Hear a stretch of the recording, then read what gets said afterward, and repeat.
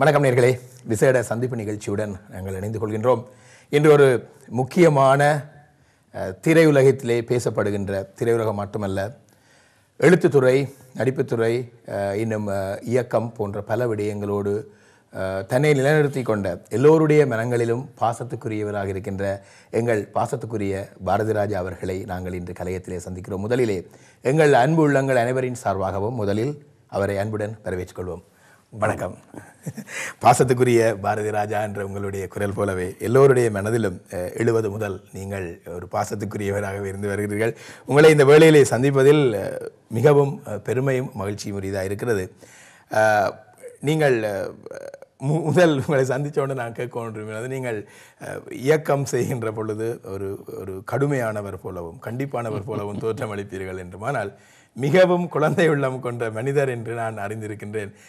இந்த ஷூட்டிங் ஸ்பாட்டில் நீங்கள் கட்ட காய்ச்சலையுடன் நின்று அப்படி மிக எளிமையாக இருப்பவர் என்று அந்த அனுபவங்களை பற்றி சொல்லுங்கள். உங்களை மக்களை அப்படியே புரிந்து வைத்திருக்கிறார்கள். என் இனிய தமிழ் மக்களே, புலம்பெயர்ந்து வாழும் என் துப்புல் குடி பந்தங்களே, சகோதர சகோதரி அனைவருக்கும் வணக்கம். தீபம் தொலைக்காட்சியின் வழியாக உங்களோடு சில விஷயங்களை பகிர்ந்து கொள்வதில் தீபம் தொலைக்காட்சிக்கு நன்றியுடையவனாக இருக்கேன். நன்றி. என்ன கேட்டீங்க? இல்லை, உங்களே அந்த நீங்கள் படங்களை இயக்குகின்ற பொழுது மிகவும் ஒரு கடூரமானவராக நடிப்பான். பத்திரிகை ஊடகங்கள் ஒன்றை ஒன்பதாக சொல்வது என்பது அவர்களுக்கு வழக்கம். சில நேரங்களில் தாய் பிள்ளையை வளர்க்கும் டோன்ட் சிட் தேர், இங்கே உட்காராதுன்னா அது ஒரு கமாண்டிங்காக தெரியும் அந்த பிள்ளைகளுக்கு. பாவம், ஏன்னா அங்கே பண்ணால் அங்கே உட்காந்து அழுக்கு வரும், இதை நீ இது பண்ணால் உடைச்சிடுவேன் அப்படின்னா அது ஒரு தாய் ஸ்தானத்தில் சொல்கிற மாதிரி. அதுக்கப்புறம் எங்கே சிரி ஃபோட்டோ எடுக்கிறாங்களே அப்படின்னு பிள்ளைகள் அது சிரிக்கன்னு எங்கேன்னா அதுக்கு சொல்லிக் கொடுப்போம்.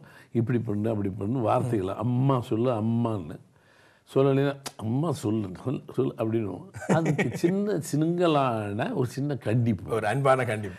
அதை மிகைப்படுத்திய ஊடகங்கள் பாரதி ராஜா பூதமும் சிங்கமும் அப்படிங்கிற மாதிரி பண்ணுவாங்க.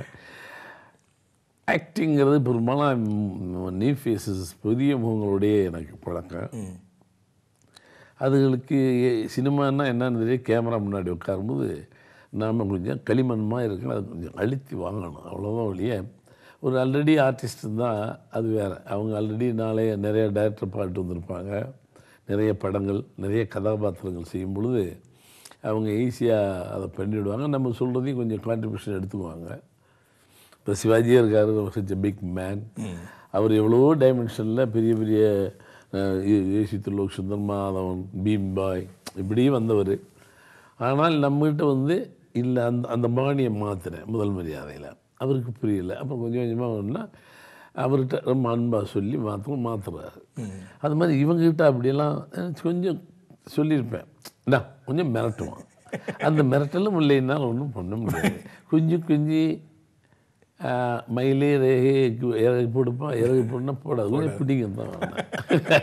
உண்மையாகவே அந்த திரைப்படங்களுடைய இயக்கத்தினுடைய நேர்த்தித்தன்மை காரணமாக சில விடயங்களிலே கடமையாக இருக்க வேண்டியது. ஆனால் பார்ப்பதற்கு பழகுவதற்கு மிகவும் குழந்தை உள்ளம் கொண்டவர் என்றிருந்தேன். நான் இந்த கலையத்துக்கு நீங்கள் வந்திருந்த ஒரு குறிப்பிட்ட நேரத்திலே மிகவும் உங்களுடன் அந்யோன்யமாக போகின்ற அளவுக்கு மிகவும் எளிமையாக இருந்தீர்கள். நல்லது, நன்றி. இப்போ நீங்கள் 5 தசாப்தங்களோட திரைப்படத்துறையில் இருக்கிறீங்க நினைக்கிறேன். 70களில் ஆரம்பித்து இன்று வரைக்கும் 5 தசாப்தங்கள் ரீதியாக உங்களுடைய இந்த திரைப்படத்துறை இருக்குது. இது ஒரு பெரிய காலகட்டம் தான். இதுக்குள்ளே நிறையவே திரைப்படத்துறை சம்பந்தமாக ரசனை தொடர்பான ஒரு மாற்றங்கள் ஏற்பட்ட இந்த காலம். எப்படி இந்த நீண்ட ஒரு காலப்பகுதியில் அந்த சமூகத்தின் ரசனையோடு நீங்கள் இயக்கும் பொழுது உங்களோட அந்த அனுபவத்தை பற்றி சொல்லுங்கள். ஒரு நல்ல கலைஞன் தான் செய்யக்கூடிய இதெல்லாம் காலங்கள் மாறினா கூட அதில் ஒன்றி போயிடும் எப்பவுமே. இப்போ நம்முடைய பயணம் எங்கேயோ தொடர்ந்து பாருங்கள். இன்றைக்கி நான் லண்டனில் உட்காந்து உங்களுக்கு உங்களோட உரையாடுகிறேன். இதை நினச்சி பார்த்துருக்க முடியாது 60-70 ஆண்டுகளுக்கு முன்னாடி. இப்போ சாதாரண ஒரு சின்ன கிராமத்தில் பிறந்து அதில் அப்படியே வரும் பொழுது ஒன்று அப்சர்வ் பண்ணிக்கலாம். We have to observe. மதுரைன்னா என்னன்னு தெரியாதவருக்கு மதுரையை பார்க்குறோம், அப்புறம் சென்னையை பார்க்குறோம். சென்னை இவ்வளோ பெரியவங்க அப்படி அங்கே இருக்கிற நாகரிகங்களை நம்ம அப்சர்வ் பண்ணுறோம். அதுபோல் காலங்களால் இப்போ கணினி யுகம். நான் வந்த காலங்களில் டெப்ரி கேமரா, நான் அசிஸ்டண்ட் ஆகும்போது டெப்ரி கேமரா, ஏரி ஃப்ளக்ஸ் கூட இப்போ கிடையாது. நான் அதுக்கப்புறம் டைரக்டர் ஆனோன்னு ஏரிஃப்ளெக்ஸ் வருது 435 இன்றைக்கி வரைக்கும் வந்து அது இந்த பல கேமராக்கள் வந்துருச்சு. இப்போ டிஜிட்டல் வந்துருச்சு. முன்னாடியெல்லாம் சினிமாங்கிறது பெரிய ஒரு கனவு பிரதேசமாக அதுக்குள்ளே ஸ்டுடியோக்குள்ளே பயங்கர செட்டு போட்டோம்னா காலம் மாறி போச்சு. யதார்த்தத்துக்கு வந்துட்டோம் 14 இல்லையா முன்னாடி. அதை மாதிரி காலத்துக்கு தகுந்த மாதிரி அப்டேட் பண்ணிகிட்டே இருக்கணும் நாம். இல்லை என்றால் நாம் தேக்கப்பட்டு விடுவோம். தேங்கிய தண்ணீர் மாதிரி சாக்கடை மாதிரி ஆகிடும். ஸோ மனிதன் ஒரு நல்ல கலைஞன், எழுத்தாளனாக இருக்கட்டும், கவிஞனாக இருக்கட்டும், இல்லை எந்த படைப்பாளியும் காலத்துக்கு தன்னை இப்போ இங்கே வந்தால் ரொம்ப குளிருது, கோட்டு மாட்டிக்கணும். ரொம்ப வெயில் அடிக்கிறது, கழட்டி போட்டுட்டு கோணத்தோடே போயிடலாம். ஸோ அதை அந்த அடாப்ட் பண்ணிக்கணும். ஸோ நானும் கிட்டத்தட்ட 37 வருஷம் ஆச்சு டைரக்டர் ஆகி. அதுக்கு முன்னாடி 5 வருஷம் அசிஸ்டண்டாக இருந்தேங்க. நிறையா தலைமுறையை பார்த்துட்டேன். நீங்கள் சொன்ன மாதிரி காலங்கள் மாறி. ஆனால் நான் தோற்று இந்த பயணங்களில் நான் என் பிள்ளைக்கு நான் கற்றுக் கொடுத்தவன். என் பிள்ளை என்னை மீறி போவது சந்தோஷம். ஆனால் என் பிள்ளையிலிருந்து நான் விலகி போய்விடக்கூடாது. நான் போராடிட்டே போயிட்டுருப்பேன். நல்ல அழகான உபமானம். நீங்கள் ஒரு இயக்குனர் என்ற அந்த விடயம் அழகாச்சு. நீங்கள் நான் அந்த பிள்ளையோடு சேர்ந்து பயணிக்க வேண்டும் என்று.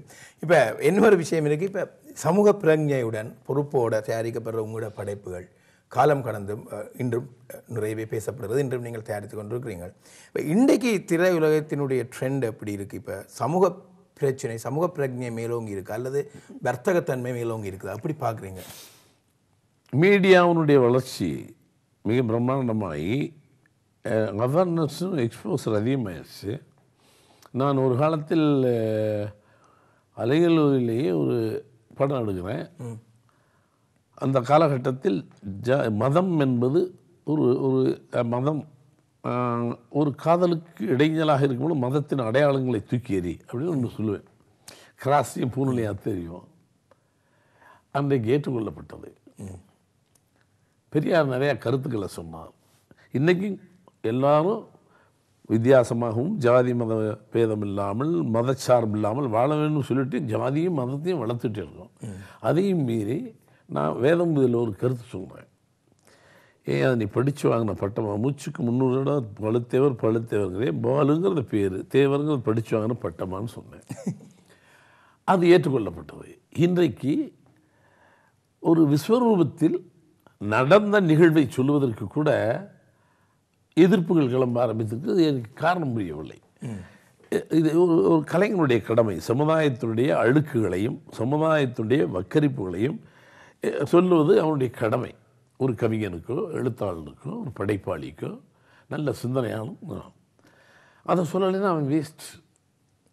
நடந்ததாக சொல்லும்போது ஏன் நீ ஒரு கொலைகாரன், அவன் கொலைகாரனுடைய பின்னணி ஒன்றாக இருந்தால் அதுக்கு நாம் என்ன செய்ய முடியும்? விஸ்வரூபத்துக்கு கொடுத்த அந்த இடைஞ்சலாம் எதிர்ப்பு மிக. ஏன்னா ஒரு தாலிபான் வந்து ஒரு ஃப்ளைட்டை ஹைஜாக் பண்ணிட்டு போனாங்க, நடந்த நிகழ்வு. அதை சொல்லுறது என்ன தப்பு? அதை போய் இல்லை முத்துச்சாமி எடுத்துகிட்டு போனான்னு சொல்ல முடியும்?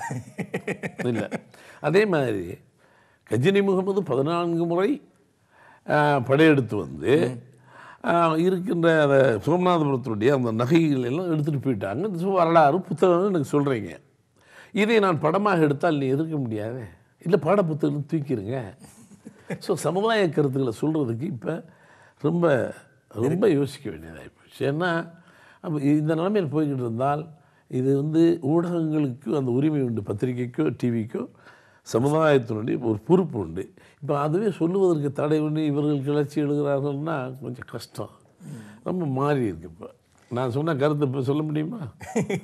இல்லை, நீங்கள் அந்த காலத்தில் ஒரு மிக புரட்சிகரமாக துணிச்சலான அந்த கருத்துக்கள், அந்த மாதிரி விடயங்களை பேச முடியுமா? பேசுவதற்கு ஒரு பலம் வேண்டும் என்று நினைத்திருக்க முடியாத விடயங்களில் நீங்கள் பேசுங்க. குறிப்பாக அலைகளவுவதில்லை, வேதம் புதிது போன்ற படங்களை அதற்கு உதாரணமாக கூறலாம். இப்போ இதுக்கான அந்த கதைகளை தெரிவு செய்வது, நல்ல கதைகளை ஒரு திரைப்படத்துக்கு தெரிவு செய்வதிலே உள்ள நெருக்கடிகள் இல்லை. நீங்கள் நெருக்கடிகள் இல்லை, அது தொடர்பான உங்களுடைய அனுபவத்தில்? பேசிக்கலி நான் பெரிய கதாசிரியர் கிடையாது. பட் இருந்தாலும் 5 படத்துக்கு நான் தான் கதையை எழுதியிருக்கிறேன். ஒரு கதாசிரியனுக்கான கற்பனை திறன் என்பது, ஆனால் அதுக்கு உடன் ஒத்து போகிறது ஒரு மூளை வேணும். எனக்கு நிறைய கதாசிரியர் என்கிட்ட கலைமணி, கலைஞானம், செல்வார் செல்வராஜ், இப்படி பஞ்சு அருணாச்சலம் நிறைய கலைஞர்கள் அவங்களுடைய மெட்டீரியல்ஸை வாங்கிக்குவேன். அதுக்கப்புறம் நான் எனக்கு தோணுன முறையில் என்னுடைய அடையாளங்கள் அதிகமாகுது. ரா மெட்டீரியலை வாங்குகிறோம், ரா மெட்டீரியல் வாங்கி நம்ம நகை செய்கிறோம். அவன் கொடுத்தது கோல்டு தான், பட் அதுக்கப்புறம் அதை எப்படி பண்ணணுங்கிற ஒரு சிற்பி டைரக்டர் தான். ஸோ நமக்கு என்ன தோணுதோ அதை அப்படியே இது பண்ணுறோம். திரைக்கதைகளை ரசிக்கிறது தான், நல்ல ரசிகன் தான் நல்ல கலைஞர்.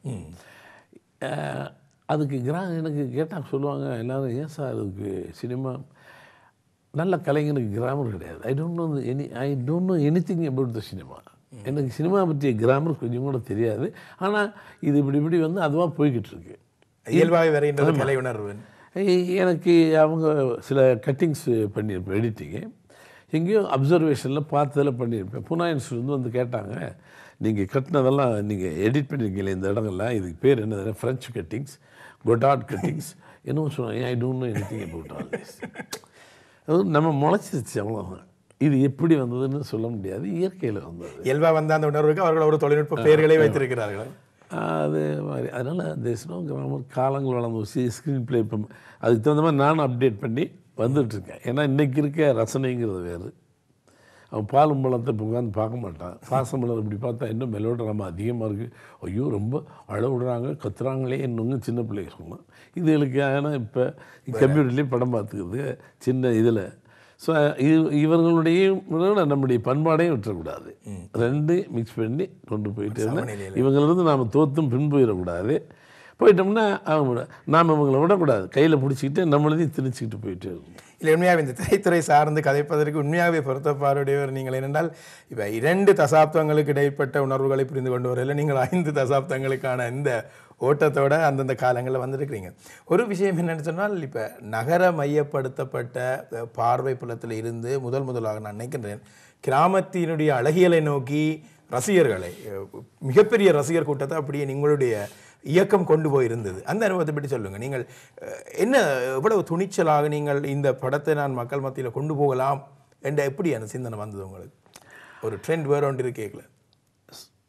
ஒரு தலைநகரத்தில் வந்து, தலைநகரங்கிறது கேபிட்டல் சிட்டி, இப்போ மெட்ராஸு டெல்லி எடுங்க, ஈவன் லண்டனில் நீங்கள் வந்து சேர்ந்து சங்கமிக்கிறவர்களெல்லாம் எங்கேயோ இருந்து தான் வர்றான். ஒரு கிராமம் எங்கேயோ கீழ்த்தட்டு கிராமங்களிலிருந்து அவனுக்கு ஒரு அறிவிப்பு எடுத்து ஏதாவது ஒன்று செய்து சாதனை புரிய வேணும்னா அவன் எம்ப்ளாயாக கூட இருக்கட்டும், ஐஏஎஸ் ஆஃபீஸராக இருக்கட்டும், இது இங்கே தான் வராங்க. இவங்க வந்தது பூரா நீங்கள் பார்த்தீங்கன்னா கிராமத்தினுடைய 80% கிராமம். ஆனால் சிட்டி லைஃப்பில் நம்ம வந்து அடாப்ட் ஆகி சூட்டு போட்டுக்கிறோம், உட்காந்துக்கிறோம், விஞ்ஞானத்தை அப்படி உட்காந்துட்டோம். But the basically we came from the village. அந்த வில்லேஜை சொல்கிறது தான் ஒரு கிராமத்தினுடைய ஒரு நாட்டினுடைய உயிர் விவசாயிகள் இருக்குது, ஒரு நாட்டினுடைய உயிர் இந்த பூமியின் கையில் இருக்குது. அதுதான் நம்ம இப்போ நீங்கள் சிட்டியில் பிரமாமல் கதை சொல்கிறதால அதில் ஜீவன் இருக்குங்க. ஒரு கிராமத்து கதையை சொல்லும்போது ஒப்பனை இல்லாதது, பூச்சி இல்லாதது, இந்த ரொம்ப க்ளீனாக இருக்கு, பொய் இருக்காது, வக்ரமாக வக்ரம், கோவம், லவ் டு தி எக்ஸ்ட்ரீம். ஒப்பனை இல்லாத ஒரு வாழ்க்கை கிராம வாழ்க்கை. அதனால் அதை சொல்கிறதுல எனக்கு ரொம்ப சுகம். இது ஏன் சிட்டியில்னா மூளையை செலவழித்து ஆர்கியூ பண்ணணும், நீங்கள் அறிவுபூர்வமாக என்கிட்ட பேசணும், நான் அறிவு ஏன் இன்றைக்கு அப்படின்னு பேசிகிட்டு இருந்தேன். இந்த கதாபாத்திரம் அப்படி இல்லை, இது பாவப்பட்டவன், உண்மையை பேசுவான், உணர்ச்சியை பேசுவான், இதயத்தை தொடுவான். அதனால் மோஸ்ட்லி கிராமத்தை மனதில் நினைக்கிறது இந்த வெளிப்பாடுகளை விட எனக்கு நல்ல விடயம். எல்லாத்தினுடைய ஆன்மா அந்த கிராமத்தில் இருக்குதுன்றது உண்மையாகவே உங்களோட திரைப்படங்களை பார்க்கின்ற மக்கள் அந்த கிராமத்துக்குள்ளேயே வாழ்ந்ததான ஒரு அனுபவத்தை நான் கூட பல படங்களிலே குறிப்பிட்டு சொல்ல முடியும். அதிகமான படங்களிலே அந்த கிராமிய உலகத்துக்குள்ளே வாழ்ந்ததான ஒரு திருப்தியுடன் திரையரங்கை விட்டு வெளியேறுகின்ற சந்தர்ப்பங்கள் இருந்தது. இப்போ இந்த பாத்திரங்களை தெரிவு செய்கிற ஒரு அம்சத்தில் இன்று வந்து இப்போ நாங்கள் பொதுவாக எல்லாரும் பேசுகிற விஷயம், சினிமா துறையில் பாத்திரங்களுக்கான காத்திரத்தன்மை குறைந்து கேமராக்களுக்கும் தொழில்நுட்பங்களுக்குமான முக்கியத்துவம் அதிகமாக இருக்கிறதா? அப்படி ஒரு ஆபத்து இருக்கிறதா, அல்லது அது ஒரு ஆபத்து தானா? நீங்கள் அப்படி பார்க்குறீங்க? நிச்சயமாக ஒரு வழியில் அது இட்ஸ் நாட் குட். அது இந்த வளர்ச்சி சரியான வளர்ச்சி இல்லை. தொழில்நுட்பங்கிறது வேறு. ஒரு கதை, என் தமிழ் மண் சார்ந்த ஒரு கதை சொல்லும்போது என் வாழ்க்கை பதிவாக ஒரு பதிவு, இதெல்லாம் பேருங்க கொஞ்சம் கொஞ்சமாக போய் நம்முடைய தடயங்களை தொலைச்சிட்ருக்கோம். தமிழ் அடையாளங்கள் தொலைஞ்சு கொண்டு இருக்கிறது. யூனிவர்சலாக ஓகே கேமராவெல்லாம் இங்கிலீஷ்காக கண்டுபிடிச்சா நம்ம ரைட் இல்லை. பட் வாழ்க்கைங்கிறது நீங்கள் இதை வந்து இன்னைக்கு பூரா எல்லாம் ஹாலிவுட் ஃபிலிம்ஸ் பாதிப்பு உலக இது டெக்னிக்கலாக இது பூரா அடாப்ட் பண்ணிக்கிட்டான். நீ டெக்னிக்கலாக அடாப்ட் பண்ண, ஆனால் ஈரத்தோட கதை சொல்லு கிடையாது, அது இல்லை. ஏன்னா நம்ம வாழ்க்கை முறையே பாருங்கள், ஒரு கூட்டு குடும்பமாக இருக்கிற வரைக்கும் நான் கல்யாணமானேன், என் மனைவி வந்தால், என் தம்பி கல்யாணமானால் மனைவி வந்தால், எங்கள் ஆத்தா அப்பேன் ஒரு வீடு, இதுக்குள்ளே ஒரு சின்ன சம்பவம், சித்தப்பன் பக்கத்தில் இருப்பான்னு.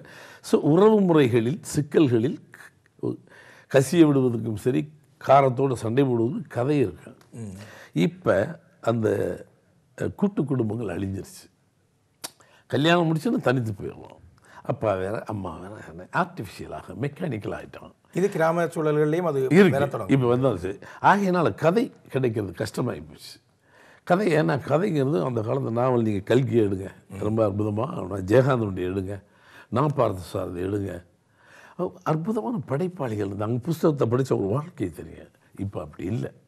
சினிமா பாட்டு இது ஹிந்தி படமாக லாங்குவேஜை வச்சு தான் இது தமிழ்னு சொல்லுவோம். இல்லைன்னா அந்த சவுண்டை தூக்கிட்டிங்கன்னா இது ஹிந்தியாக ஆந்திரா படமானு தெரியாது. ஏன்னா எல்லாம் ஒரே மாதிரி டான்ஸ் ஆடுவோம், ஒரே மாதிரி பண்ணுவாங்க, சண்டை போனால் சைக்கிள் செயினை சுற்றிட்டு கதாநாயகன் என்பவன் சத்தியவானாக ராமர் மாதிரி இருந்த கதாநாயகர்கள் ராவணன் மாதிரி ஆக்கப்பட்டு விட்டோம் கதாநாயகர்களே. ஏன்னா ரவுடிசம் பண்ணால் தாதா தான் ஹீரோ, பீப்புள் லைக் இட்டுங்கிற மாதிரி கொண்டாந்து ஒரு கல்ச்சர் கொஞ்சம் கெட்டு போச்சு இல்லைன்னா.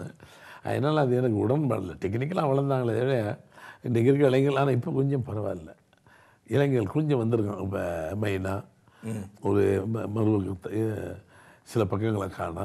நீங்கள் படங்கள் பார்த்தீங்கன்னா கொஞ்சம் வந்திருக்காங்க. இப்போ சர்க்குணமெல்லாம் சில படங்கள் பண்ணுறான், இளைஞர்கள் கொஞ்சம் வந்திருக்கான், நேட்டிவிட்டியை விடாமல் பண்ணிகிட்ருக்காங்க. ஸோ அந்த நம்பிக்கை இருக்குது. இவ்வளவுக்கு மத்தியிலே பொல்யூஷனாகவும் இருக்குது. இந்த புதிய ஓட்டத்தில் உண்மையில் அந்த ஒரு இனத்தினுடைய திரைப்படம் தயாரிக்கப்படுகின்ற அந்த சமூக குடும்பத்தினுடைய அடையாளங்களை துளைச்சிட்டு தான். ஆமாம், நீங்கள் பெரும்பாலான படங்கள் ஆக்ஷன் ஓரியன்டாக வந்து கமர்ஷியலாக இருக்கும். சில படங்கள் வந்தாங்கன்னா முழுக்க அழிஞ்சு போயிடக்கூடாது நம்முடைய தடயங்கள். பாருங்கள், மலையாளத்துலலாம் முன்னாடி ரொம்ப தரமான படங்கள் வந்துச்சு, இப்போ இல்லை. அவங்க இதை பார்த்து பாம்பேயை பார்த்து நம்ம கிட்டோம், நம்மளை பார்த்து அவங்க கிட்டோம், ஆந்திரா பார்த்து இப்படி போயிடுச்சு. ஏன்னா பிஸ்னஸ் ஓரியன்ட். இது வந்து கலைங்கிறது என்ன சம்பாதிக்கலாம், பட் என் தாக்கத்தை மக்களோடு பகிர்ந்து கொண்டு ஒரு நல்ல கலைஞன் எனக்கு வர்ற கோபத்தையும் வெளிப்பாடுகளை என் சமூக அக்கறையோடு நான் சொல்லணும். அது மாறி போய் இது சர்க்கஸ் மாதிரி வித்தையாக காட்டி சம்பாதிக்கிற ஒரு ஊடகம் நோக்கமாக அங்கதான் நல்ல கருத்துக்களை சொல்வதற்கு அப்பாலே இப்பொழுது இது பொருளூட்டலுக்காக அதிகமாக இருக்குன்னு பார்க்கணும். இப்போ இது ஆனால் இப்போ மற்ற இந்த திரைப்படத்துறை சார்ந்தவர்கள், அது பாடகர்களாக இருக்கட்டும், இயக்குநர்களாக இருக்கட்டும், நடிகர்களாக இருக்கட்டும், அவர் சொல்கிற ஒரு விடயம், இன்று சமூகம் இதைத்தான் விரும்புது, ஆகவே நாங்கள் அப்படி படைக்கின்றோம் என்று. இப்போ என்ற கேள்வி என்னென்னா சார், இப்போ ரசனை சினிமா மக்களுடைய ரசனையை மாற்றி இருக்கிறதா இப்படி, அல்லது மக்களுடைய ரசனை சினிமா தயாரிப்புகளை இப்படி கொண்டு வருதா? மக்கள் இதைத்தான் விரும்புகிறாங்கன்னு சொல்கிறத நான் ஒத்துக்க மாட்டேன் சார். நீ வந்து அதாவது நீங்கள் பழக்கப்படுத்திட்டு மக்கள் இதை விரும்புகிறாங்க, நீயா ஒரு பண்ணிக்கிட்டு இருக்க. நியாயமாக நீ மார்க்கெட்டுக்கு விடாத. நான் என்ன சொல்கிறேன், நல்ல கலைஞர் 4 சோப்பு இருக்குது, இந்த 4 சோப்பில் இந்த சோப்பு ஒரு மாதிரி, நீ இந்த 2 சோப்பு இது அதிகமாக இருக்குது, அந்த சும்மா இதனால அது ரொம்ப இதை வாங்குறாங்க, இது வந்து ஆரோக்கியமான சோப்பை வாங்க மாட்டேங்கிறாங்க, இந்த 2 சோப்பை நிறுத்திடு. மக்கள் ரொம்ப விரும்புகிறான்ல, விரும்பட்டும், ஆனால் ஒரு கலைஞனாக நிறுத்திடு. மார்க்கெட்டில் அவனுக்கு வாங்குவதற்கு ஒன்று இல்லை என்பது இதை வருவான். So we can save the audience. அவன் விரும்புகிறான்னு சொல்லி சும்மா குத்துப்பாட்டு போடுறோம், சண்டை போடுறோம், அது போடுறோங்கிறது எனக்கு உடன்பாடு இல்லாத விஷயம். அது அவனுக்கு சாராயத்தை கொடுத்தா அப்புறமா போதை வரத்தான் தெரியும், மோரை கொடுத்தா பிடிக்காது. நீ மோரை மட்டும் அது சாராயத்தை ஓப்பன் பண்ணி வச்சுட்டு நீ மோர் விற்கலன்னு சொல்லக்கூடாது. சாராயத்தை ஓப்பன் பண்ணாத. இப்போ தமிழ்நாட்டில் லிக்கர் ஓப்பன் பண்ணிட்டீங்க, அவன் குடிச்சு பழையிட்டான்ல அவன் வீட்லேயே. ஆமாம், இப்போ என்ன பண்ணா அதெல்லாம் தவறுன்னு நீங்களே சொல்லிக்கிறீங்க, ஆனால் விற்று வியாபாரம் பண்ணிட்டு இருக்கீங்க. நிறுத்து, ப்ராடக்டை நிறுத்து, ஆட்டோமேட்டிக்காக மோருக்கு வருவான்ல. ப்ராடக்ட் நிறுத்து, எதுக்கு உனக்கு சம்பாதிக்கணும்னு தோணுது, நீ அந்த மாதிரி ப்ராடக்ட் கொடுக்கலாம், வாங்குடான்னு சொல்லி நீ வியாபாரம் அவனையும் ஏமாத்துற, உன்னையும் ஏமாத்திக்கிற. அவே இந்த திரைப்பட அந்த போக்குத்தான் மக்களுடைய ரசனையில் தாக்கம் செலுத்தியிருக்க மாற்றத்தை கொண்டு வந்திருக்கிறது நல்லது. இப்போ அடுத்தது முக்கியமாக இந்த திரைப்படத்துக்கான மொழி நடை.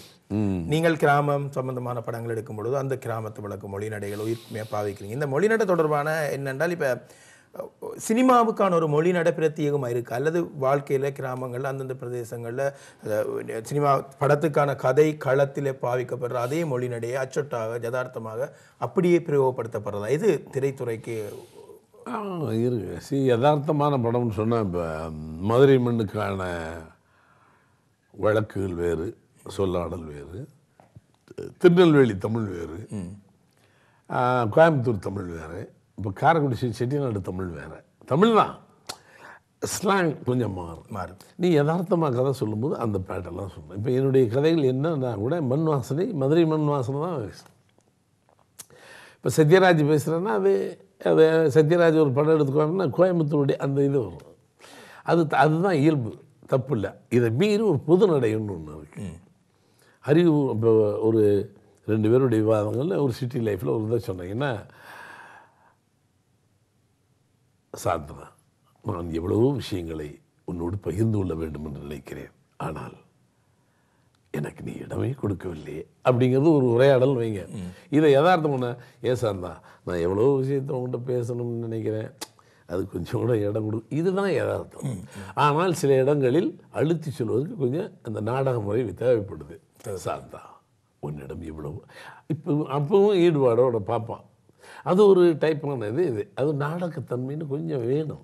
எக்ஸாஸ்டேஷன் முழுக்க நிர்வாணமாகவும் படம் சொல்ல முடியாது, பிடிக்காது. அந்த எங்கே தேவையோ அந்த இடங்கள் கொஞ்சம் எலிவேட் பண்ணிடணும். அதுதான் நான் இல்லை, அதான் கலை என்று வருகின்ற பொழுது அங்கே ஒரு ஒரு கொஞ்சம் வேறுபாட்டு தன்மைகள் வேணும். ஏன்னா மேக்கப் நாடகம் என்பது பவுடர் போடுவோம். ஸோ அதுவே இயல்பாக மாறித்தான் நிற்கிது. ஆகினால் கொஞ்சம் எலிவேட் பண்ணணும். இந்த திரை கதைகள் சம்பந்தமாக இந்த வாத பிரதிவாதங்கள் செய்வார்கள். ஒரு விஷயத்தை சொல்லுவாங்க, கலை முதலிலே பொழுதுபோக்குக்கானது, அதற்கு பிறகுதான் அந்த சமூக மேம்பாடு, சமூகத்துக்கு நல்ல கருத்துக்களை சொல்கிற அந்த விடயங்கள் எல்லாம். அது உண்மையானதா? முதல் மகிழ்வளிப்புக்கான என்டர்டெயின்மெண்ட்டுக்கான விஷயத்துக்கு அதிகமான முக்கியத்துவம் கொடுத்து விட்டு தான் பிறகு கதையம்சங்கள் நல்ல கருத்துக்களை விதைப்பது என்று ஒரு கருத்து இருக்குது. நீங்கள் இயக்குனராக எப்படி பார்க்குறீங்க? அதை அந்த காலங்களிலிருந்து நடனமாக இருக்கட்டும், சொற்பொழிவாக இருக்கட்டும், மக்களுக்கான விஷயங்களை தான் கொண்டு போய் இது பண்ணாங்க. பட் ஒரு சந்தோஷத்திற்காக தான் கலை. மனிதன் ஒரு மகிழ்ச்சியாக சில அதே நேரத்துக்கு முழுக்க சர்க்கரையை கொடுத்து வந்தால் சுகர் பேஷண்ட் ஆகிடுவான். ஸோ அளவோடு சர்க்கரையும் அளவோடு இதை கொடுக்குறதான் கலை. ஆரோக்கியமாக அது அந்த காலத்துலேருந்தே பண்ணியிருக்காங்க. இப்போ கொஞ்சம் என்னென்னா பொழுதுபோக்கு அம்சம் இல்லைன்னா கஷ்டம். ஏன் பாட்டு என்ன நம்ம தூங்கிக்கிட்டே இருக்கோம் தமிழ் படங்களில். யார் வீட்டு தெருவில் உட்காந்து பாடிட்டு இருக்காங்க சோகம் அப்படி தேவதாஸ் தேவனா பாடுறாண்ணா இல்லை. நமக்கு தாலாட்டிலேருந்து பிள்ளை பிறந்தோன்னு ஒரு கொலைவு போடுவாளுங்க, போட்டு ஒரு சின்ன பாட்டு பாடுவாளுங்க. பிள்ளை பிறந்து இதான் ஒவ்வொன்றுக்கும் ஒரு சடங்கு ஒரு பாட்டு வச்சுருப்பாளுங்க. நாம் அந்த பாடல்களோடய வளர்ந்துட்டோம் நாட்டுப்புறத்துலேயே. சரி, அது தவிர்க்க வேலை செய்யும்போதே அறுக்கும்போதே ஒரு பாட்டு போடுவோம். அதனால் சினிமாவில் நம்ம இங்கிலீஷ் படங்கள்லாம் கிடையாது, நம்ம மட்டும்தான். அந்த தவிர்க்க முடியாது. அது ஒரு அஸ்தட்டிக் சென்ஸ் அது கொஞ்சம் வேணும். அது இருக்கிறதுனால தப்பு கிடையாது. கொஞ்சம் பொழுதுபோக்கு அம்சம் இல்லாமல் எங்களுடைய தமிழர்களுடைய கலாச்சார பண்பாட்டு அம்சங்களோடும் இந்த ஆடலும் பாடலும் ஒரு விடயமாக வந்ததும் இதுக்கு ஒரு பின்னணியாக இருக்கலாம். கேளிக்கை கிண்டல்கள் எல்லாமே இன்றைக்கி பாருங்கள், நிலாக்கால விளையாட்டு எல்லாமே வாழ்க்கை மகிழ்ச்சியாக இருக்கும். அதெல்லாம் இருக்கத்தான் வேணும்.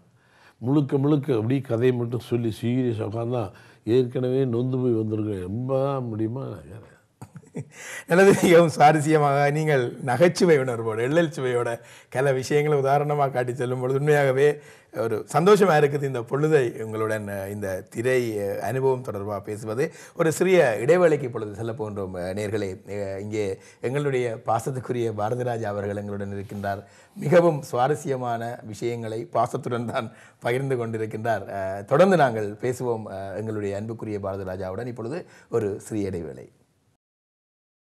இடைவெளியின் பின்பு மீண்டும் சந்திப்பு நிகழ்ச்சியோடு இணைந்து கொள்கின்றோம். எங்களுடைய அன்பு பாரதிராஜ் அவர்கள் இங்கே இருக்கின்றார்கள்.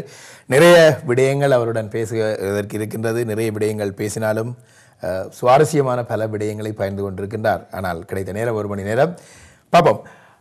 மீண்டும் இடைவெளியின் பின்பு இப்போ நல்ல சுவாரஸ்யமான பல தரவுகளை பெற்றுக்கொண்டோம். மற்றது நீங்கள் ஒரு ஒரு ஒரு படைப்பாளி, ஒரு திரைப்பட இயக்குனர், எவ்விதமாக சிந்திக்க வேணும் என்ற பல விடயங்களை அந்த கேள்வியை கேட்காமலேயே உங்களுடைய பதில்களுக்கு ஊடாக இருந்து பல விடயங்களை பெற்றுக்கொண்டோம். ஒன்று, இப்போ சினிமாவில் அதிகமாக வெல்லப்பட முடியாத ஒரு வீரனை பற்றியில் ஹீரோசியம், அவன் தோற்று போகாத ஒரு பாட்டுடை தலைவனாய் அதிகமாக பார்த்துருக்கின்றோம். இந்த தோற்று போனவனுக்கான சினிமா, தோற்று போனவனுக்கான கதைகள் அதிகம் வெளிவருவதில்லை. அதற்கான என்ன பின்னணி? வாழ்க்கையில் உங்களை ஊக்கப்படுத்துதான் ஒன்று சினிமா. பாசிட்டிவ் திங்கிங்னு சொல்லுவாங்க. பாசிட்டிவாகவே யோசிக்கணும். பாசிட்டிவான விஷயங்களை பகிர்ந்துக்கிட்டால் தான் இதாக இருக்கு. தோற்று போனவனை பற்றி கதை சொல்லணும்னு வைங்க, சிலது சொல்லலாம். பட்டு அவனுக்கு ஒரு இப்போ நிழல்கள் ஒரு படம் நான் எடுத்தேன்.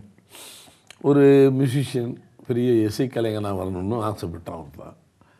இன்னொருத்தன் அவன் மாணவன், அவன் பெரிய இன்டலெக்சுவலாக பெரிய இந்த இதுக்கு வரணும்னு நினச்சான். இப்படி ஒருத்தருடைய கனவுகள் டிசாஸ்டர் ஆகி இந்த சமூகத்தில் அப்படி அவன் பைத்தியம் பிடிச்சி அலைஞ்சான். இவன் விட்டான், வாழ்க்கையில் தோற்று விட்டார்கள் சொன்னேன்.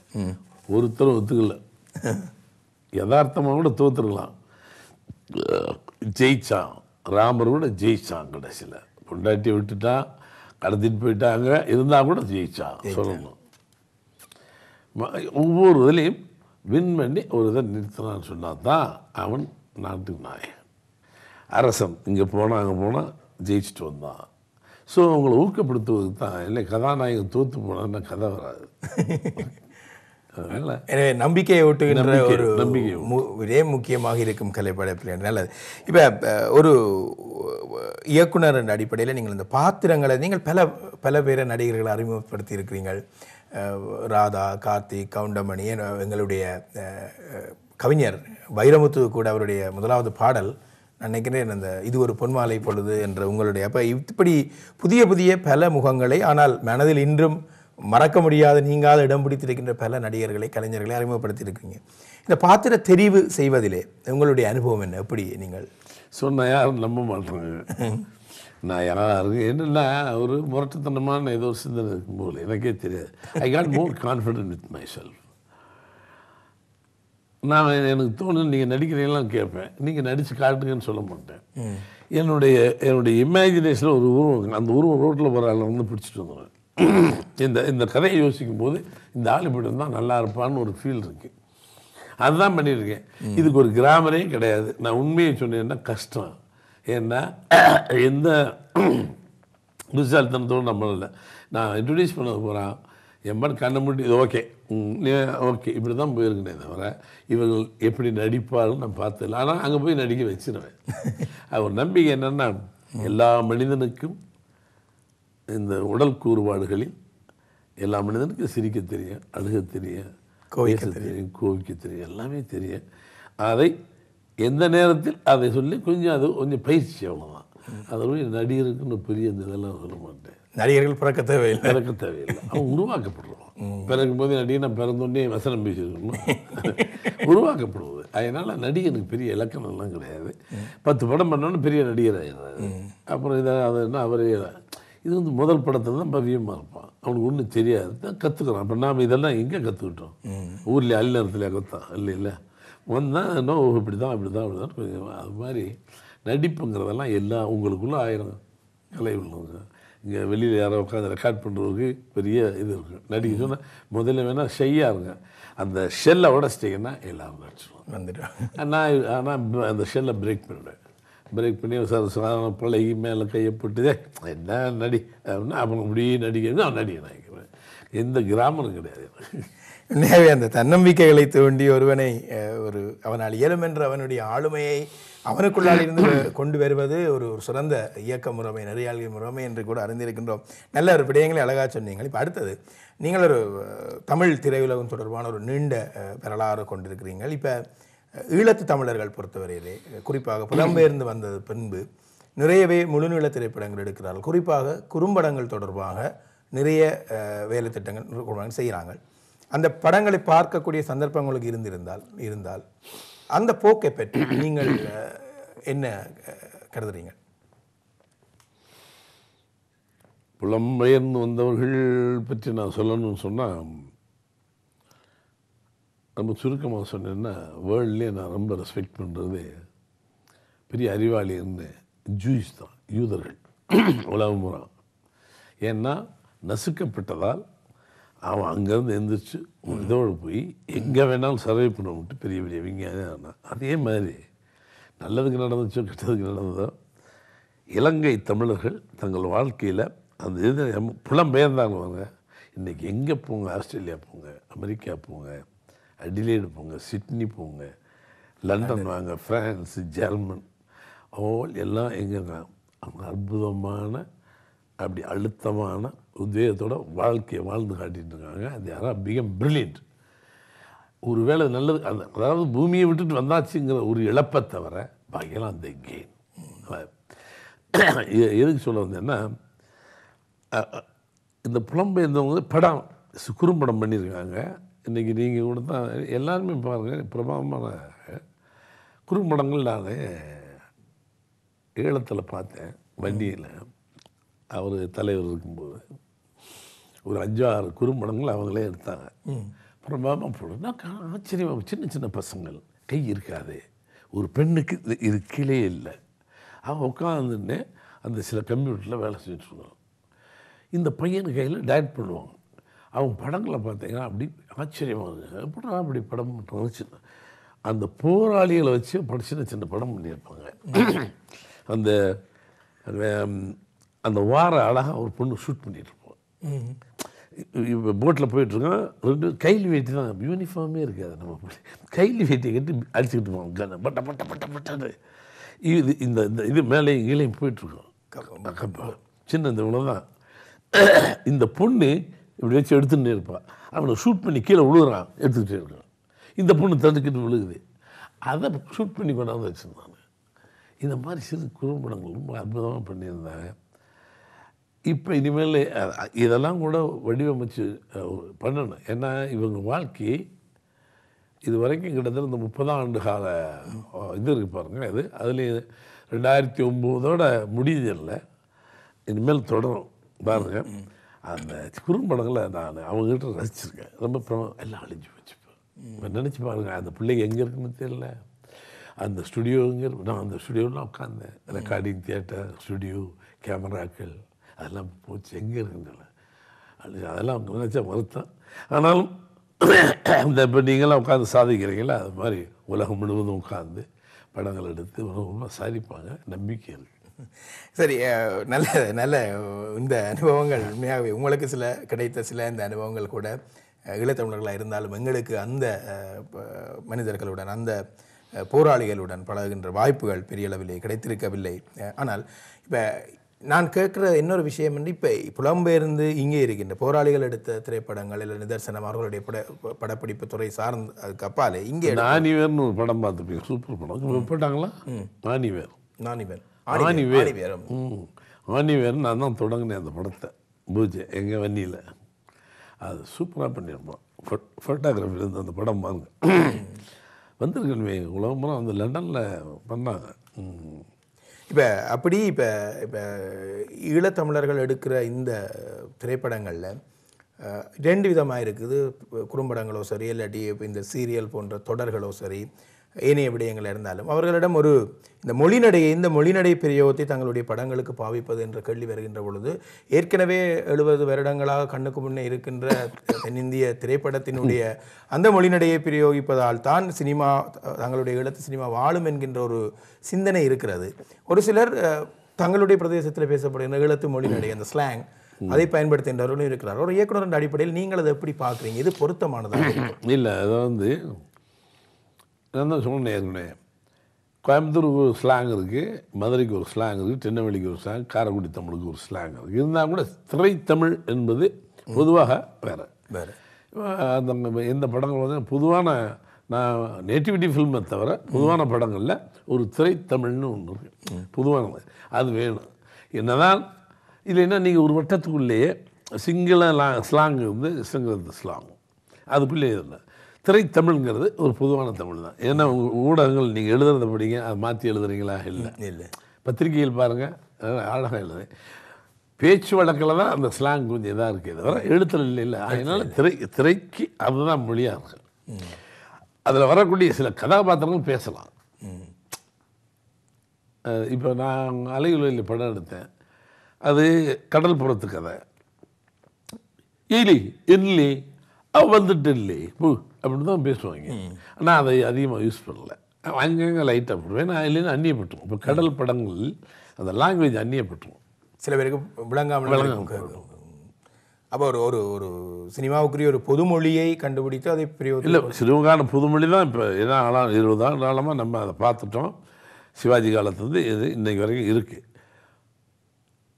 ஒரு பர்டிகுலர் ஒரு டயலாக்னு சொல்லுவாங்க, அதை வந்து ஒரு நேட்டிவிட்டி ஃபிலிம், மண் சார்ந்த படம், அதில் மட்டும்தான் கொஞ்சம் மொழி மாறும். ஏன்னா இயல்புகளுக்கு சேரியை எடுத்து சொன்னால் சேரி லாங்குவேஜ் வரும்.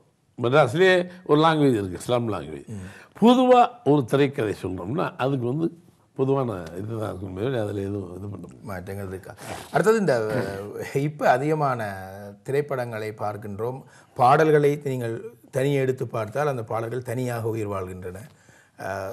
திரைப்படங்களை விட்டு பிரிந்த ஒரு நிலையிலே அதனுடைய பொருள் விளங்காத தன்மைகளை பார்க்க முடியாது, அது ஒரு தனிக்கலை. ஆனால் இந்த பாடல்கள் திரைக்கதையோடு தொடர் வந்த இந்த நிலையும் பழைய படங்களிலே, உங்களுடைய திரைப்படங்களிலே பாடலும் திரைக்கதையும் பிரித்து விட்டால் உயிர் வாழாத, இசையை தவிர கருத்து ரீதியாக உயிர் வாழாத தன்மை இருக்கிறது. இந்த போக்கு பற்றி சொல்லுங்கள். நீங்கள் கண்ணதாசனுடைய பாடல்கள் பார்த்தீங்கன்னா, நீங்கள் அன்றைக்கு எம்எஸ் விஸ்வநாதன் இன்றைக்கும் ஒரு காதல் தோல்வியுற்றவன் 2 பாடலை அவனுக்கு வச்சு கரெக்டாக நிற்கும். குடும்பத்தில் சூழலுக்கு எழுதப்பட்ட பாடல்கள் இயற்கையாக அதுதான் இது. இந்த பாட்டை தூக்கி இப்போ மாடர்ன் ஃபிலிமில் இந்த பாட்டை தூக்கி நீங்கள் எந்த படத்தில் வேணாலும் போடலாம், அது போயிட்டுருங்க, மீனிங்லெஸ். கதை கேட்டு கதை களம் புரிந்து கதாபாத்திரங்கள் புரிந்து அதற்காக வரிகள் எழுதி வாழ்க்கையில் அந்த சோகத்தை மயக்கமா தயக்கமான சுச்சுவேஷனுங்க. இப்போ நீங்கள் அதவே வேறு மாதிரி இப்போ என்ன பண்ணுவோன்னா மயக்கம்னு போட்டிங்கன்னா எப்படி இருக்கு? ஸோ மாடர்னிட்டிங்கிறதுக்காண்டி அதை கொண்டுட்டாங்க சில இதெல்லாம். பாடல் வந்து முன்ன இருந்த அளவுக்கு இல்லை, ஏன்னா அது எளிதாக போயிடும். இப்போ சின்ன சின்ன வரிகள் மலர்ந்தும் மலராத பாதி குழந்தை விட சொல்லும், அதனுடைய சுகம் வேறு. இது வந்து ஒரு போதை மயக்கமான இதில் பாடல் இருந்து கையாங்க பண்ணான்னு குத்து பாட்டு ஆடுறாங்க, ஒரு 40 கேர்ள்ஸ் 40 பாய்ஸ் ஆடுறான், என்ன பண்ணுறாங்க. ஒரு பொண்ணு ஆனால் எனக்கு உடன்பாடு கிடையாது அதில். ஏன்னா கதையோட சம்பந்தமாக வசனங்களை நீ மாற்றி பேச முடியுமா? அந்த கதாபாத்திரம் என்ன பேசணுமோ அதான் பேசணும், அவர்கள் என்ன பாடணுமோ அதான் பாடணும். அதை விட்டு அதை எழுதுறவனும் மாற்றி எழுதிடுறான், மியூசிக் போடுறவங்களும் அப்படி போட்டு இது பண்ணாங்க. எனக்கு அதில் உடன்பாடு கிடையாது. அந்த காலத்தில் ஒரு காதல்னா அந்த பொண்ணு 100 பாட்டை தனக்கு வச்சுக்கணும், பிரமாதமாக இருக்கும். அண்ணன் தம்பி சண்டையில் வீட்டுக்கு போனாங்கன்னா ஒரு பாட்டு கேட்டிங்கன்னா அவனோட மேட்ச் ஆகும். வாழ்க்கையோட ஒன்றி வந்துச்சு பாடலாம். அப்படி இல்லை, தனித்துவமாக தனிக்கலையாக அது பிரிந்து நிற்கிற ஒரு அவத்தம் தான் இருக்கிறது. இப்போ சமூக அடக்குமுறை பற்றியும் அல்லது பிரச்சனை பற்றியும் உங்களுடைய அதிகமான படங்களில் பெரும்பாலான விடயங்கள் பேசியிருக்கின்ற. சாதியம் பற்றி பேசியிருக்கிறீங்க, காதல் பற்றி, வர்க்க பிரிவினைகள், சமய மதில்கள், மற்றது உளவியல் தொடர்பான சிவப்பு ரோஜாக்கள் தொடர்பான ஒரு மனிதன், அந்த அப்படியான பல தரப்பட்ட சமூக ஒடுக்குமுறைகள் சார்ந்த கலைப்படைப்புகள் வெளிவருகின்ற வீச்சு இப்போ குறைவாக இருக்குதா? ஒரு படைப்பாளிக்கு இல்லை, முதல் இடையில கொஞ்சம் அந்த தொய்வு இருந்தது. இப்போ ரீசெண்டாக ஒரு 7-8 இளைஞர்கள் வந்துருக்கான். பிரபு சாலமன், ஒரு சர்க்குணம், நிறைய இளைஞர்கள் இப்போ வந்திருக்காங்க. இங்கே மூலம் வித்தியாசமான திங்கிங்கில் இருக்கான். கிராண்டியர் ஃபிலிம் பண்ணி சம்பாதிக்கிறதுக்கு போன கூட்டம் அது வேறு. அது இல்லாமல் இந்த சினிமாவை காப்பாற்றுறதுக்கு வந்திருக்காங்க ஒரு 7-8 இளம் டைரக்டர் வந்துருக்கான். அவங்க பூரா இதை தக்க வச்சுட்ருக்கான். எளிமையான பாடல்கள், வாழ்க்கை முறை, நேட்டிவிட்டி, சிம்பிளிசிட்டி, ஈஸ்தட்டிக், அழகுணர்ச்சி, எமோஷன்ஸ், இதெல்லாம் வச்சு அழகாக பண்ணுறானே பசங்க. ஒரு நம்பிக்கை வந்திருக்கு இப்போ. நல்லது. அப்படியான ஒரு மாற்றம் வந்து என்னென்றால் இன்றைக்கு இந்திய தமிழக சினிமா துறை ஒரு வாழ்வாக பார்க்கின்ற நிலைமை, அதோடு இரண்டரை கலக்கின்ற நிலைமை அதிகமாக இருக்கின்றது. அது சினிமா இன்றைக்கு உலகத்தை ஆண்டு கொண்டிருக்குது. எனவே இந்த ஆரோக்கியமான மாற்றங்கள் நல்ல விளைவுகளை தரும் என்ற நம்பிக்கை இருக்குது. அடுத்தது இறுதியாக நிகழ்ச்சியை நிறைவு செய்ய வேண்டிய நேரத்துக்கு வந்திருக்கிறோம். இப்போ கலைப்படம், கொமர்ஷியல் படம், இந்த ரெண்டு நான் பார்த்துருக்கேன். அதிகமாக இந்த நல்ல படங்கள் சில வேளை வெற்றி படமாக வர்றதில்லை. காலகாலமாக அந்த கேள்வியை கேட்டு இது கலைப்படம் எது எனக்கு புரியல. படம் நல்ல படம், தரமான படம், அவ்வளோதான். கமர்ஷியலாக இருக்கு சில படங்கள். இப்போ நான் அன்னக்குடி கொடிவீரன் அது கமர்ஷியல் தான், ஆனாலும் கலைப்படம். அதாவது ஒவ்வொருத்தரும் ஒரு கிளாஸ் உண்டு. ஷியாம்பிடங்களுக்கு ஒன்று, மிருனால்சனுக்கு ஒரு கிளாஸ் உண்டு, சத்யஜித் ரேக்கு ஒன்று உண்டு. சாந்தாரம் கலைப்படம் தான் எடுத்தார், அது வேறு மாதிரி இருக்கும் பிரமாதமாக. அடூர் கோபாலகிருஷ்ணனுடைய படம் வேறு, பாரதி ராஜா படம் வேறு, மணிரத்னம் படம் வேறு. மணிரத்னம் படத்துலேயும் வியாபாரம் இருக்கும், ஆனாலும் எங்கேயோ ஒரு சின்ன ஒரு அளவுணர்ச்சி இருக்கும். இப்போ என் படங்கள் போனால் யதார்த்தம் இருக்கு, ஆனால் நான் வந்து கமர்ஷியலாகவும் வருவேன். பாட்டு வச்சுருப்பேன், அது பண்ணிருப்பேன், ஹியூமருக்கு. இப்போ இந்த அன்னக்குடி கொடி வரலாம், யூ கெனாட் எக்ஸ்பெக்ட். ஒரு இந்த காதல் நான் எத்தனையோ இதில் சொல்லிட்டேன். இந்த காதல் இதில் சொல்லியிருக்கேன், வித்தியாசமாக சொல்லியிருப்பேன். இதுலேயும் அழுத்தி சொன்ன அந்த ஜாதிய வேறுபாடுகளை அப்படி லேசாக தின் லேயரில் தான் இருக்கணும், அழுத்தி பிரச்சாரம் பண்ணக்கூடாது. நம்ம சொல்ல வேண்டியது இந்த படம் பார்த்தீங்கன்னா புரிஞ்சிடும். அன்னக்குடியில் என்னன்னா, அன்னக்குடி கொடிவீரன் இருந்தால் அன்னக்குடியின் தலைப்பு மாற்றிட்டேன். இப்போ அது நீங்கள் தயாரித்து கொண்டு இருக்கிற முடிச்சு நான் இன்னும் வெரி சூன் வெகு விரைவில் இப்போ ரிலீஸ் ஆகுது. அந்த காதலை அழகாக சொல்லியிருப்பேன். இந்த வயசில் பாரராஜா காதல் இப்படி சொல்லிடுவானான்னு டவுட் வரும் அப்படின்னு சொல்லி, அதே நேரத்துக்கு அந்த ஜாதிய வேறுபாடு இருக்கு, சாதியா அதை வந்து மெல்லமாக தின் லேயரில் சொல்லியிருப்பேன், அப்படி விட்டிருப்பேன் சொல்ல வைக்கும். அழுத்தி பிரச்சார நெடியில் சொல்லக்கூடாது. அது உதாரணம். அதனால் என்ன எந்த கேள்விக்கு இந்த பதில சொன்னேன்? இந்த கலைப்படங்கள் மக்கள் பார்த்து அருவருப்பு இல்லாமல் சந்தோஷப்பட்டு பிள்ளைகுட்டியோட வெளியில் வந்து சிரித்து வந்தான்னா நல்ல படம். அது இதெல்லாம் போய் கூப்பிட்டு வந்து என் பிள்ளையை சொல்லிச்சுன்னா அது கெட்ட படம். ஏன்னா இறுதியிலே மக்கள் தான் தீர்மானிப்பவர்களாக இருக்கிறார்கள், ரசிகர்கள். சரி, இப்போ இறுதியாக நீங்கள் லண்டன் வந்திருக்கின்ற அந்த விடயத்தை பற்றி நாங்கள் பேச வேண்டும். பிரித்தானிய தமிழர் பேரவையினுடைய ஏற்பாட்டில் நீங்கள் லண்டனுக்கு வந்திருக்கிறீர்கள், எங்களுடைய மக்களை சந்திக்க, மக்களோடு பேசுகிறதுக்கு. அதனுடைய நோக்கங்களை பற்றி சொல்லுங்கள். என்ன விடயம் சம்பந்தமாக? நான் பெரும்பாலும் டிவி நிகழ்ச்சிக்கு போகிறது கிடையாது. மெட்ராஸ்லேயே நான் எந்த டிவிக்கும் இங்கே தான். ஏன்னா எனக்கு ஒரு பெரிய சாஃப்ட் கார்னர் இருக்குது. ஈழத்தமிழர்கள் புலம்பெயர்ந்து வந்த அத்தனை பேர் ரொம்ப கெட்டி. அவங்க மேலே என்னமோ ஒரு சின்ன பாசம் எனக்கு. நான் அவங்களோட பழகிட்டேன், பேசிட்டேன்.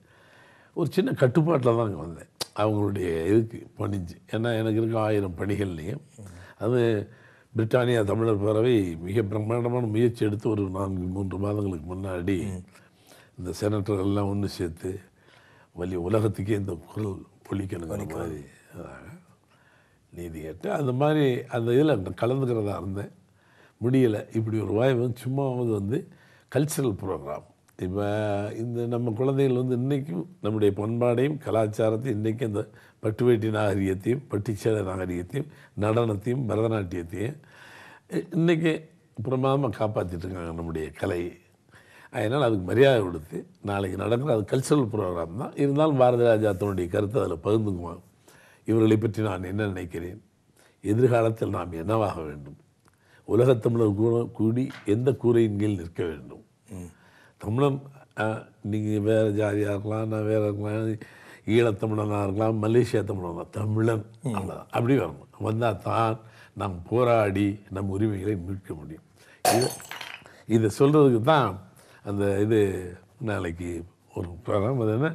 அது என்ன வின்ஸ்டன் நாளைய தினம் 31ஆம் தேதி மாலை 6:30 மணிக்கு ஹெரோ வின்ஸ்டன் சர்ச்சில் மண்டபத்திலும், 1ஆம் தேதி ஏப்ரல் மாதம் 1ஆம் தேதி வேல்ஸ் மண்ணிலும், 3ஆம் தேதி லிவர்பூலில் அபயா ஃபங்க்ஷன் ஹாலிலும் எங்களுடைய பாசத்துக்குரிய பாரதி ராஜா அவர்கள் கலந்து கொள்கிறார்கள். அதே வேளையிலே லிவர்பூலில் அபயா ஃபங்க்ஷன் ஹாலிலே எங்களுடைய நேசத்துக்குரிய பாரதி ராஜாவுடன் புகைப்படங்கள் நீங்கள் எடுப்பதற்கான சந்தர்ப்பங்களை கூட எல்லோருக்கும் ஆசை இருக்கும். என்றால் எல்லோருடைய மனதையும் கவர்ந்தவர், 70களில் இருந்து இன்றைய வரைக்கும் கவர்ந்து கொண்டிருக்கின்றவர், அப்படி பெரிய ஒரு லெஜண்ட் அவருடன் சந்தித்தல் என்பது மிக மகிழ்ச்சி. இன்று நான் அடைந்திருக்கின்ற இந்த மகிழ்ச்சியைப் போல. எனவே நாளைய தினம் வின்ஸ்டன் சர்ச்சில் ஹாலிலும், நாளை மறுநாள் வேல்ஸிலும், புதன்கிழமை 3ஆம் தேதி லிவர்பூல் அபயா மண்டபத்திலும் எங்களுடைய பாரதிராஜா அவர்களை நாங்கள் சந்திக்கலாம். நல்லதை இறுதியாக அருமையான உங்களுடைய பொன்னான நேரம், நிறைய வேலைகளை விட்டுவிட்டு இங்கே வந்திருந்தீர்கள். ஈழத்தமிழர்கள் மத்தியிலே ஒரு சாஃப்ட் கார்னர், ஒரு அன்பும் பாசமும் இருக்கின்றதுன்னு கூறிய கூற்று உண்மையாகவே கேட்பதற்கு மிகவும் மகிழ்ச்சியாக இருக்கின்றது. உங்களுடைய இந்த கலையகம் சார்ந்து வந்து உங்களுடைய மிகப்பெரிய அனுபவத்தை எங்களுடன் பகிர்ந்து கொண்டமைக்கும் தீபம் தொலைக்காட்சி சார்பாகவும் ரசிகர்கள் சார்பாகவும் என்னுடைய நன்றிகளை தெரிவித்துக் கொள்கிறேன். உலகில் வாழும் அத்தனை தமிழர்களுக்கும் தீபம் தொலைக்காட்சியின் வாயிலாக இப்படி ஒரு சந்தர்ப்பத்தை கொடுத்து என் இதயத்தை உங்களோடு பகிர்ந்து கொள்வதற்கு வாய்ப்பு கொடுத்த தீபம் தொலைக்காட்சிக்கும் நான் நன்றி கூற கடமைப்படுகிறேன். நல்ல கலைப்பணியையும், மொழிப்பணியையும், இனப்பணியையும் நீங்கள் தொடரும். இந்த தொலைக்காட்சி மறுபடியும் வருவேன், உங்களை சந்திப்பேன். நன்றி, வணக்கம். நன்றி. இத்துடன் இந்த நிகழ்ச்சியை நாங்கள் நிறைவு செய்து கொண்ட நிகழ்ச்சியை மீண்டும் புதியதொரு நாளிலே புதியதொரு கலை உள்ளத்துடன் சந்திக்கும் வரை உங்களிடம் விடைபெற்றுக் கொள்ளும் சாம் பிரதீபன். நன்றி.